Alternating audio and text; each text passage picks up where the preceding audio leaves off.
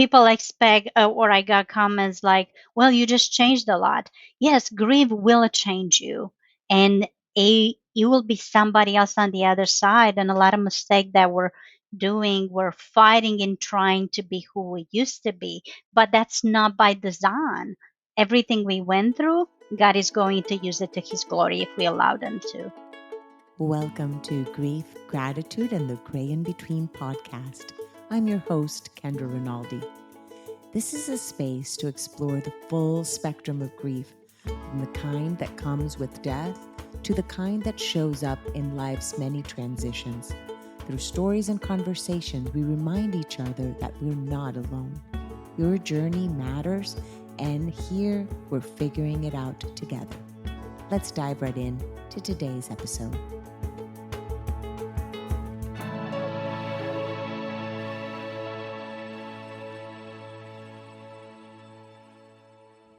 Let's start with a quick disclaimer.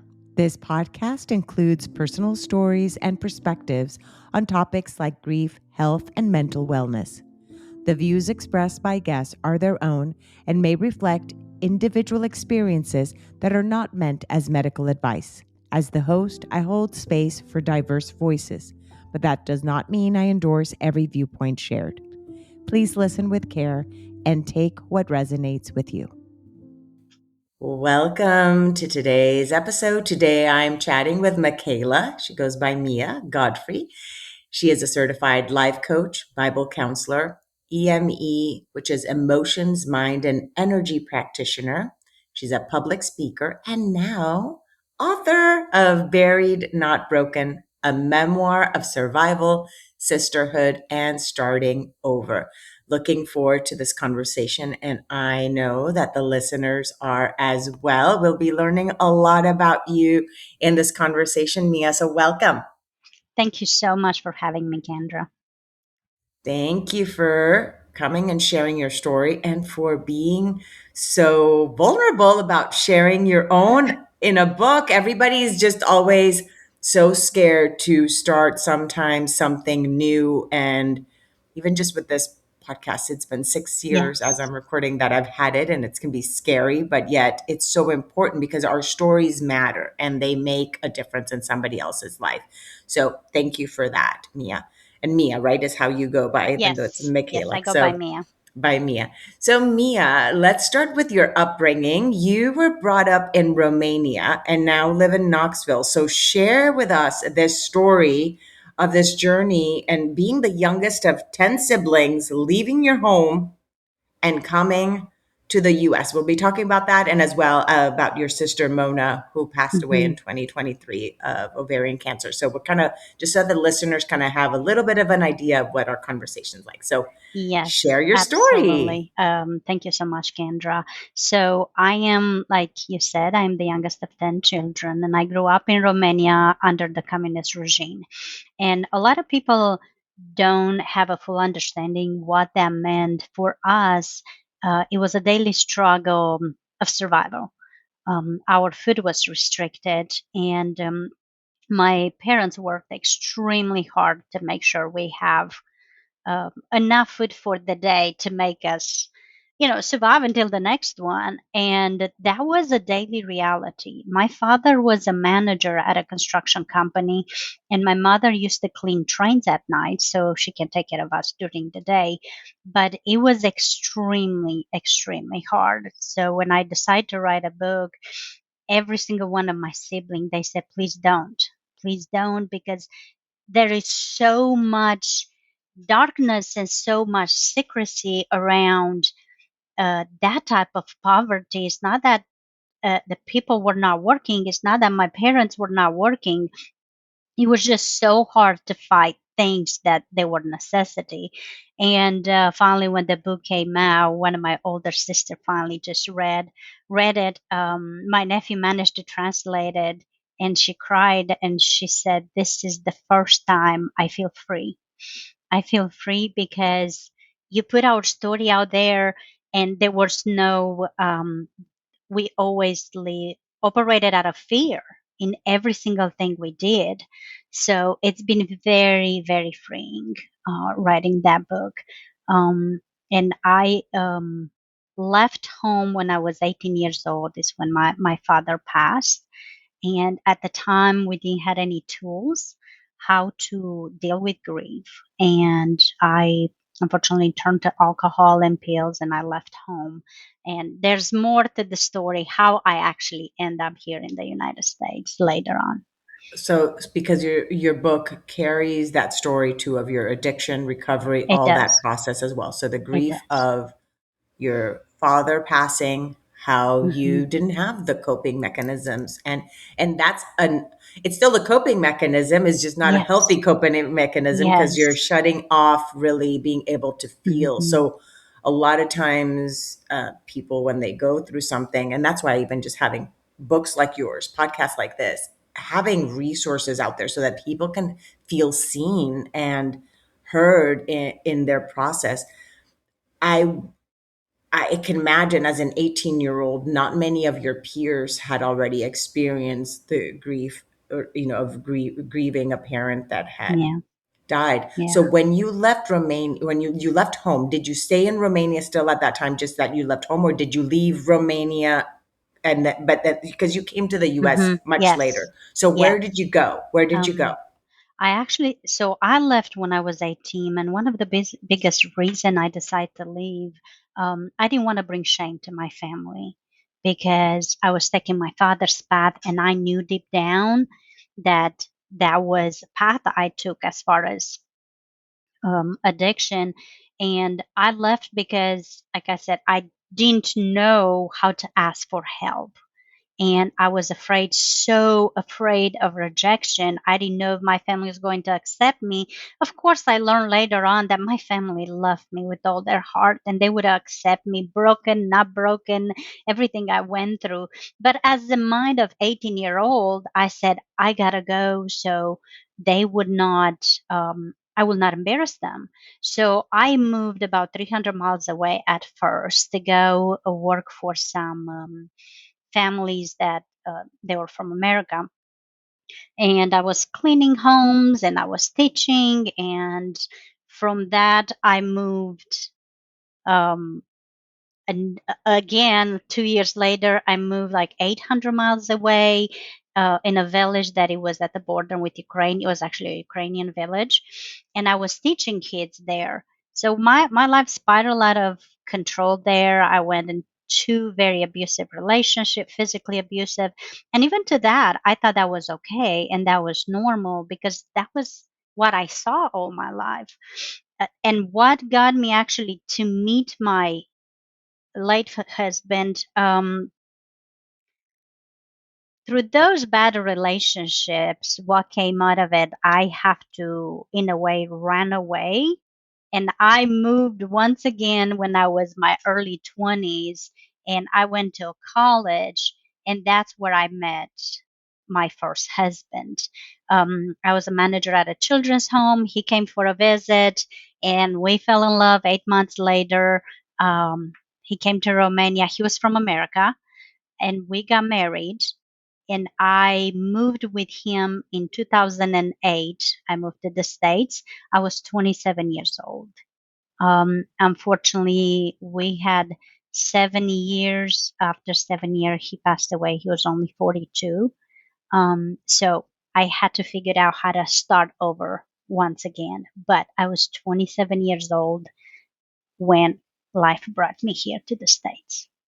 Did you and your late do you share his name? Do you share Yes, your late his name is Robert. Yes, Robert? I share his name in the book. With Robert, did you have children with Robert? Or you We didn't did in those, not so for those 7. 7 years.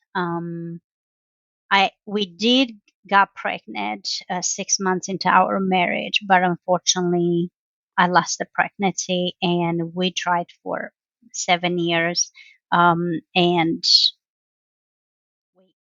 we we were not able to have our own. But we started the paperwork to look into adoption. And a month prior to his passing, he passed away in June 29th of 2008. And we started the paperwork. We started looking into it in May 25th. So, but unfortunately, when I lost him, I kind of spiral out of control. Once again, I did not have the proper tools, didn't know how to deal with grief. And nobody, yeah, there's a lot of books about grief out there, but every single person, and I've learned that the third time when I lost my sister, 2023, everybody grieves different, and it's okay to give them space to do that. And with when I lost my husband, what I ended up doing, because I was so afraid I'm gonna fall back into old patterns, I started working. I had three jobs, and I was leaving home sometimes 5:30 a.m., coming back home past 11 p.m., and I was constantly so exhausted that it did not give me any time to look into other. But no, we did not have children, but I adopted my new husband children. Now they're adults. So yeah, Isaac and Allie. Okay, so we'll go into that part, but I want to ask you more regarding this. So at 18 you leave your home, and all of this is in the book. I have not Yes. read the book, so I but I'm for the listeners, all the details that you may want to know will be in the book. But you leave at 18, you then get married at 27, somebody American. Had you already started learning English? Was English taught in high school in Um, Romania, or did you have to learn a well, language to communicate with Robert I at that had to learn. The funny thing is, I knew a few words, maybe 10 words, 15 words. But I bought a dictionary, and we wrote in a span of 8 months. We wrote each other over 800 letters. Um, I know, there were a lot of letters. I feel like every day I was putting another letter. Yes, we didn't have the technology we have now, so I was handwritten letters and sent to him, and then Those are treasures, we by the way. slowly, We yeah, should get back to that right. part of writing letters. Mhm. And later, through the relationship, I got me my first email address, and I finally started learning how to do that. But I was writing those letters using a dictionary, and it was quite comical. Fast forward 10, 15 years later to read those letters.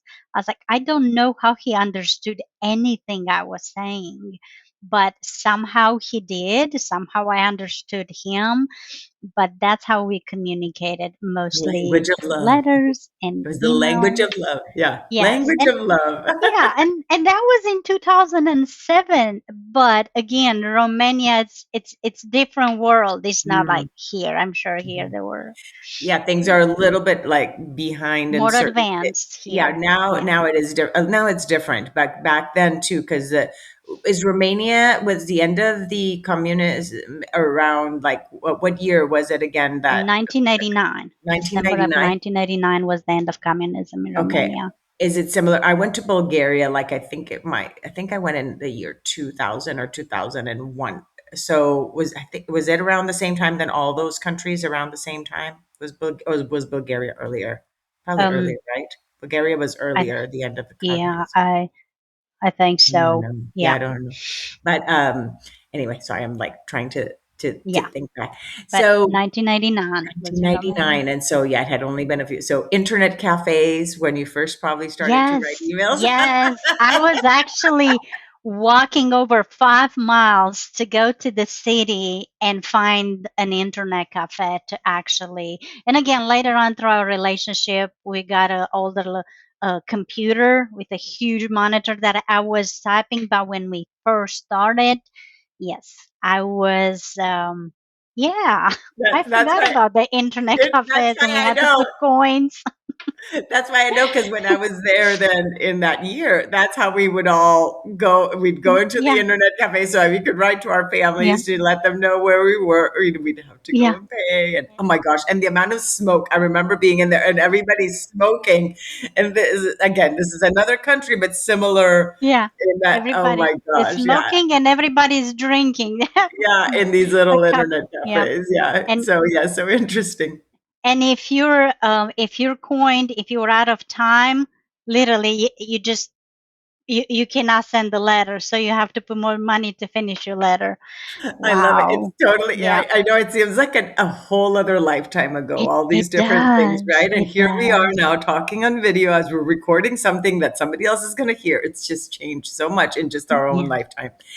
So, Mia, would you then come to this country? I want to know about that adapting to this new culture, new language, and how many years later did you go back to Romania to see your family? Yeah. Well, um, actually, my mom made my husband at the time promise that he'll bring me home every year.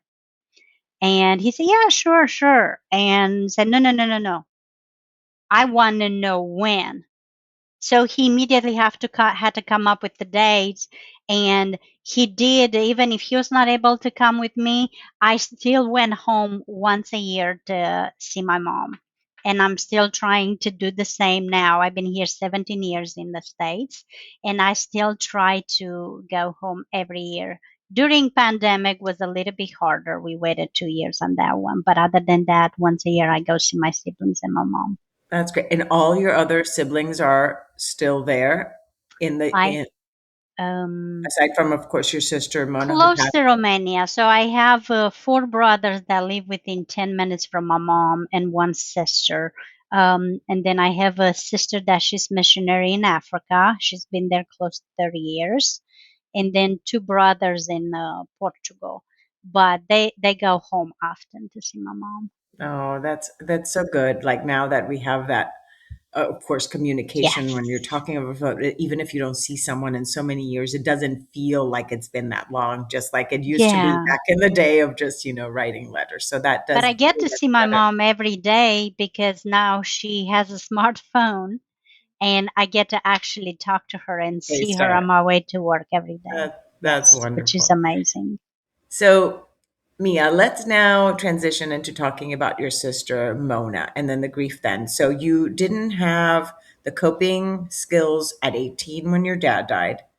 Then at 20, no, not 27, you were 35. 35 when your Hmm. husband, Robert, died. And then at that point, your way of not kind of spiraling back was working a lot. Again, a way of Yes. keeping yourself busy to Hmm. avoid getting back into the habits that you had Hmm. developed before. So your sister Mona dies in 2023. Hmm. Tell us the kind of circumstances around her death and then your own way of grieving then. So, a lot of people don't know that in Romania um, we grew up not believing in therapy or counseling or coaching. Um, Talking about your emotions, even if you lost somebody you love, it was a sign of a weakness. And it always used to be, don't talk about it because if God chose it that way, then would not bring it up. That was His will, and you do not talk about your emotions, how you feel. And fast forward 2023 in January, my sister called me and she told me she thinks she was pregnant. So we were just celebrating and um, but she was taking pregnancy tests and it was coming out that she was not. So she went to the doctor because she was extremely nauseated and there were signs of her being pregnant. Um, but when she went to the doctor said she had multiple tumors in her ovaries. That's why the she was nauseated, and so they scheduled her for emergency surgery. This was January, and my husband and I, she lived in Montana because she married a wonderful man that actually lived in Montana. He was a pastor there, and he had four little kids because he lost his previous wife to a in a tragic way. So we flew to Montana, and the doctor said that it's cancer, ovarian cancer. So my husband said, which I will forever be grateful that um, God bless me with a husband that he's understanding. he understood the relationship I had with my sister. He understood that she was like my lifeline, my entire life since I was 4 or 5 years old. As far as I remember, she was always there. She was always my first call every time I had to decide anything or celebrate anything or cry, or she was always there. And my husband said, "Look, stay here in Montana, and we're going to make it work. We're going to figure out a way." So, fast forward for 11 months, I was her main caretaker. Her husband was also there, but he was working during the day. And, like I said, 4 little kids. And through that journey, it was one of the hardest journey in my entire life to see somebody you love slowly dying. When you know that she fought with everything she's got until the last moment. She made me promise that I'm going to fight with her and I'm going to believe she's going to heal. And when she passed in 2023, she passed in November, I got home and I remember I was so shattered that I told my husband, "I love you with all my heart and I love the kids, but I don't know where to go from here. I know alcohol and pills. I know that's not an option for me because I tried it. It numbed the pain, but it did not help me. I am so drained emotionally and mentally that I said, I love you, but I am done. I have no purpose in this world." And I hit rock bottom in a way that I've never hit before. So my husband talked to our pastor and they encouraged me to go see a therapist. You got to keep in mind, I did not believe in therapy. Um, so I remember that day I was sitting across from the therapist and I was like, what am I even doing here? Because she's not going to be able to help me. She doesn't know my heart. She doesn't know my pain. She doesn't know the secrets that my sister had to take to the grave. And we promised each other when we were kids that we're never going to talk about those. I said, I have nobody in the world that understands it. And fast forward, with the help of my therapist, she encouraged me to start writing in a journal, which at first I thought it was the most ridiculous idea. I said, I'm not going to put my thoughts into the journal.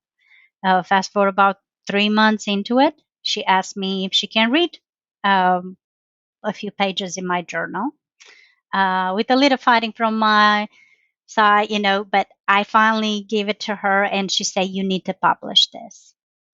And the book, Buried Not Broken, it started from me writing in the journal. And there's stories that my sister was always encouraged me to put down on paper. And while she was still alive, we were writing some of those stories together. So when it was time and I finally said, you know what, I'm going to put it out there for the world, you're right. AIDS was absolutely terrifying because that is my life, my sister's life, my family life. But it was extremely healing. So the way I coped in the past, completely different. This time I just decided to put myself out there. I didn't decide. It was a lot of work, a lot of internal work, um, to be vulnerable. I said, if our story can help one person, then it will be worth it. So that's how I coped the third time around, Third with a time lot of around. help from my therapist and writing. Thank you so much for sharing that, Mia. So, a lot of times people think that they have to go back to doing the same way that they've done. And it's so hard to retrain sometimes something and a behavior, a way of thinking. And we think we just have to be doing it the way we Yeah. used to. And here you are proving that that is not the case. You made a choice to shift what you were doing to completely change your story this time in the way that you grieved your sister. So kudos to you for accepting those nudges because yes, it took a Hmm. while, your husband to tell you.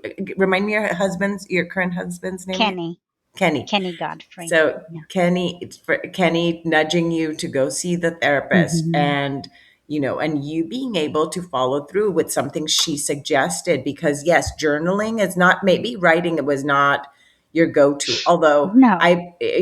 but it's like at the same time, writing, if you were to even write as you're writing to Mona, for example, like dear Yes. Mona, which is how I Yeah. start. That's how I would journal when I was grieving my sister, was that way. Dear Zorana, this is da da da what Hmm. I did today, and just Hmm. writing that way was at least a gateway. And it was my own, instinctively at 21, that was my way of navigating grief Yeah. then. Hmm. But everybody just has a different way in Hmm. which they instinctively do. So kudos to you for that. You mentioned the part of when she died is the only other person you, what's your difference in ages? Is she in 13 birth order? months. She 13 was months. So older she than she me. was so you guys yeah, it's like twins basically. So Yes. with when somebody dies, not only do we miss the person, but we miss also a part of us that died with them, which in your case is the only other person that has the same memories of certain things and the Hmm. secrets that you kept, right? That only the two of you Yes. know, that now you have no one else Hmm. to share with. So in that process, do you feel that the writing, were there certain things that then that were just the secrets between the two of you that you then shared in the book as well now? Yes, it was extremely healing because I remember when I was 5, when I was 6, when I was 11, every time something happened, she was always talking to me and saying, look, we cannot tell anybody because our family is going to pay the price and they're going to get hurt. And so we have to take that to the grave with us. Well, during her sickness, she said, look, we made a lot of promises we should have never made, and I don't want you to carry them alone. I said, I want you to start talking about them, which at first that was absolutely terrifying. I said, I can't share those stories with the world. I can't. But I wanted to honor her wish, and we start putting things together. She was writing in her journal as well, which I have, and a lot of I took things from her journal also and put it in the book. Um, and she was right. I thought through this journey I was honoring my sister die my her dying wish, and I thought I was fulfilling and continue her legacy. But she knew deep down, actually, if I follow through with it, it's going to bring healing to me and it's going to bring healing to my family. And I did not know that at first. I say, how can that bring healing when there is so much hurt through the pages? But it truly did. It truly did, because I had so many people. I had somebody last week that called me from Switzerland and said, I read your book and I saw myself through every single page and said, I want to write a book. Thank you. I had few people from Romania. I have people that I haven't been in contact with for over 30 years that reached out and they said, thank you for putting yourself out there. And that is something that I did not expect it. And that's not the reason I wrote the book. I was just trying to free myself and heal myself. And I love that Mona was actually then part of your starting. She So, is. because the two of you then had started that, then you go to therapy when she dies, and then your therapist tells you to write and journal. So, Yes, it's like your sister had already given you that initial nudge to she write did. and to share your story. And then you get validation from your therapist by your therapist reading your journal and being like, Yeah. wow, this has to be published. So I love that. A lot of times we get validated by others in our journey, and we don't end up still seeing that as a sign that we should move forward. You followed it. Yes. You followed it. So Yes. kudos Yeah. again to you. Mia, you mentioned a lot about your faith. Your faith has been a big part of your journey because it is through your faith that you were able to find your therapist and things like that too, right? Yes. Your pastor is the one that then Yes. recommended that you go and find therapy. In your process of your grief journey, how has faith and either shifted, either Hmm. faltered, or how has it been strengthened in that Yes. process? Or has it been a seesaw Yes. of emotions? So My mom was known as a prayer warrior in our neighborhood. And I remember even through the hardest times of our life, she always said, "Hey, we're going to take some time and I'm going to pray about it." And she always used to say that God always has the best interest and God always going to come through. And when I experienced so much loss, there were times that I was like, God, but if you love me and I'm your daughter, why is this happening to me? And I couldn't understand it right there in the moment. But now when I look back, every single thing that I went through since I was a little girl, God orchestrated and He protected and He sharpened me, and everything I went through, it brought me to this moment here where I can actually stay on the stage and talk about his love, talk about his goodness, and talk about even when you're in your darkest moment, he is there and you're gonna be stronger on the other side.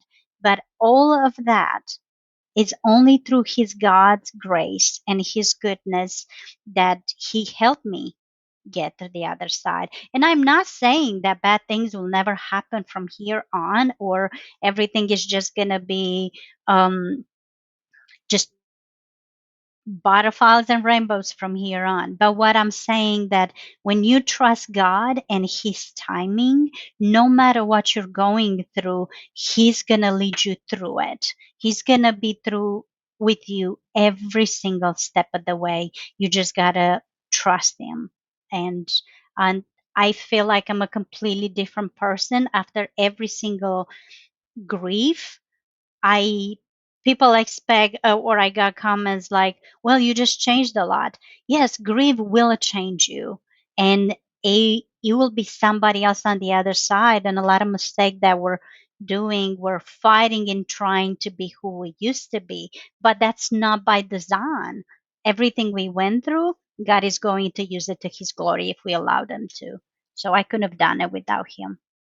Without that faith, but also with taking actions and that, because a lot of times too, if we just think that, one, there's sayings like things happen for a reason, and those could be those are platitudes. When we're going through Hmm. something so hard and somebody says that in that moment, we really do not want to hear those words, right? So if somebody right now is early stages of their grief, early start of their grief, and it's fresh, this hearing somebody say, "Oh, everything Gonna get happens for a better. reason, it's going to get It's better," those kind of hard. things can be so Mm, hard, right? Because it you don't is. see it, you don't see the perspective when you're in the thick of it.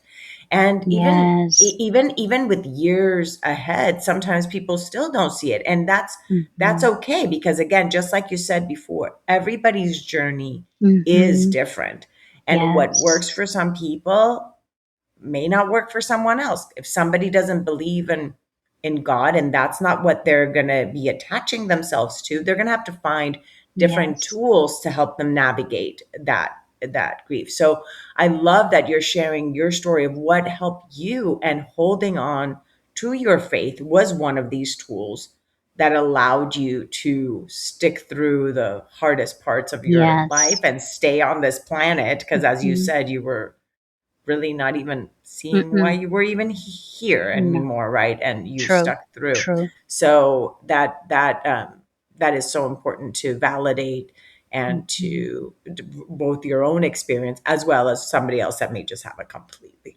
Yes. different story. Yeah. If I could give one piece of advice to anybody who's grieving or anybody who's trying to help somebody who's grieving, you have to give space. Let them grieve the way they want to grieve. And somebody else like, well, I don't know what to say, and I end up saying something that is not appropriate. Well, don't say nothing. How about you just love them where they're at and meet them right there, because um, there's not always a need for an advice. Sometimes somebody just needs a hug or just needs somebody to be there for them. I had a friend that I was tending to shut the world and push people away during grief.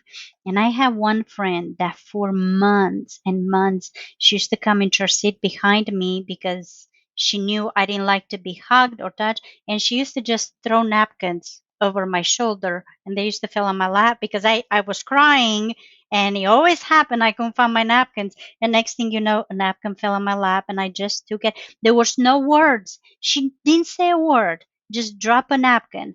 And she knew I used it, put it in my pocket. But she's done that for months until I was ready to sit down with her and talk. And sometimes that's all we need. We don't need like more Bible verses. We don't need more like you have to do X, Y, and Z. How about just love me and allow me to grieve my own way, because it's different for every person. and and I know, like, if they don't believe in God, you can still pray, Lord, just give them the strength and the grace and the peace that they need for this moment. But I don't constantly need to preach that to them. God is going to give you grace. God is going to give you grace. No, give them space, show them love, and pray. Pray with everything you've got that Lord will heal their heart. Yeah, it's so important what you just said, because a lot of times we try to support people by the things that are supportive for us and the language Yes. that maybe we use for ourselves, but meet Mhm. people where they are at, not where you are at. And So as you true. said, if you believe in God but the person that is grieving does not, you can do your own praying on your own. You don't have to go and sit down with them to pray, because Yeah. that's not their journey, right? You could do it on your own and give them the strength, and you could just be the one throwing the napkins or the Yes. Kleenex, for them, and just showing up in a way that is meaningful to them. And this culture of trying to fix grief, we don't there's nothing to fix in grief, right? It's not something to be fixed, it's something to be lived and experienced. Mhm. Yes.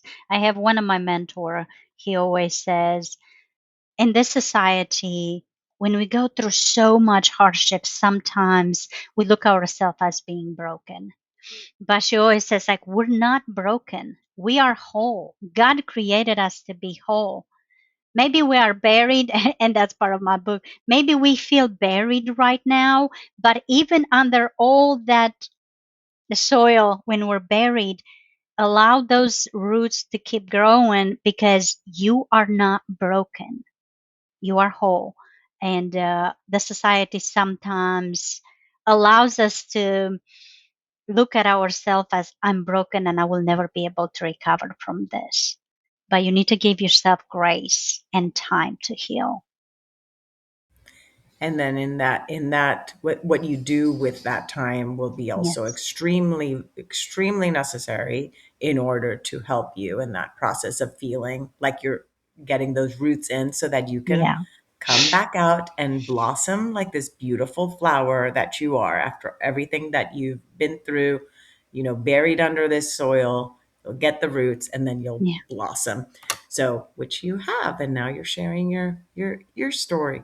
So, Mia, how can people get your book? What are the best ways that you would like people to, and I'll share the websites Yes. in the show notes. What's the best way people can get your book? So I added I have my website, but also it's on Amazon, Barnes and Noble. So there's everywhere online. If you put Buried Not Broken, we also have it in Kindle, and we also have it on Audible if you don't like to read. So Amazon is the fastest way, unless you like to go into a store, and then Barnes and Nobles and libraries. So that, yeah, then that way you can support, if you wanted to support Barnes and Noble Yes, and do that. But if you yes, want to, I love listening to audiobooks when I'm walking my dogs. So yes. that's usually Yes. my go-to there. And in this process of writing, is there more when you write, sometimes it's so hard to like just share parts of the story. Do you see other books that are Well, coming in the future now? Um, actually, I submitted the second book. It's currently with the editor, and they're working on the cover. I'm working on the third one, and I'm starting to writing ideas down for the fourth. So yes, in the next couple of years, I should have. The goal is to have four. That is fantastic. And the themes of these other ones, is So it possible to know a little bit of what the themes absolutely, are? absolutely. So the second one I'm co-writing with my current husband. and it's um, a collection of stories from his point of view in his singleness, and then a collection of stories from my life as a single widow lady and how God brought us together. And key takes away and lessons we learned through the process and where we're at today in our marriage. So this is geared more towards couples and blended family.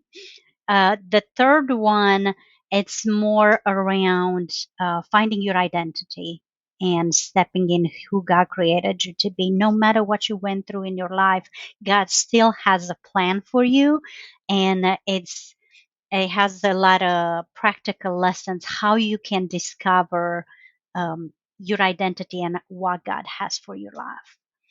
And the fourth Beautiful. one, I'm still working on a few ideas. So That is incredible. yes, Look at this. This is from the lady that didn't even want to write in her own yes, journal. And then all of a yeah, sudden now here from 2023 till now, as we're recording 2026, already one book out, one already in the editor, and two more about to be, brought to this yes, world. So yes. amazing. Congratulations Mhm. for that, Mia. Thank And you. Thank also you so much. thank you for bringing those gifts and for stepping into your own identity and discovering who you are in order to bring Yes. these gifts to the Yes. world. Because again, it is something so valuable and people can be seen in other people's stories. And for those of you Hmm. listening, your stories matter and your story can change somebody else's life as well. Yes. Mia, as we wrap up, I always like to ask my guests if there is something I have not asked you that you want to make sure you share with the audience. You actually just touched on it. I wanted to share with the audience that your story matters. Your story matters. And everything you went through in your life, they're very unique experiences, but others can also relate. So you never know in your journey, if you decide to put it on paper, you never know whose life you're going to change, and you never know whose life you're going to save. So I strongly encourage you, if you want to write, you don't have to find a publisher tomorrow, but you can start by writing in your journal, and you never know where that is going to turn out. But your story matters. And thank Thank you you. so much for Thank you. having me. Thank you, Mia. Again, this was Mia Godfrey, Buried, Not Broken. And you can find her book everywhere that you can see, Amazon or Barnes and Yeah, Noble, and again on your website as well. And to have you as a speaker, you're just a beautiful storyteller and you share your story so beautifully. So thank you for coming on the podcast and sharing it with us. thank you. Thank you so much for having me, Kendra. Thank you. Thank you again so much for choosing to listen today. I hope that you can take away a few nuggets from today's episode that can bring you comfort in your times of grief. If so, it would mean so much to me if you would rate and comment on this episode. And if you feel inspired in some way to share it with someone who may need to hear this, please do so. Also, if you or someone you know has a story of grief and gratitude that should be shared so that others can be inspired as well, please reach out to me. And thanks once again for tuning in to Grief, Gratitude, and the Gray in Between podcast. Have a beautiful day.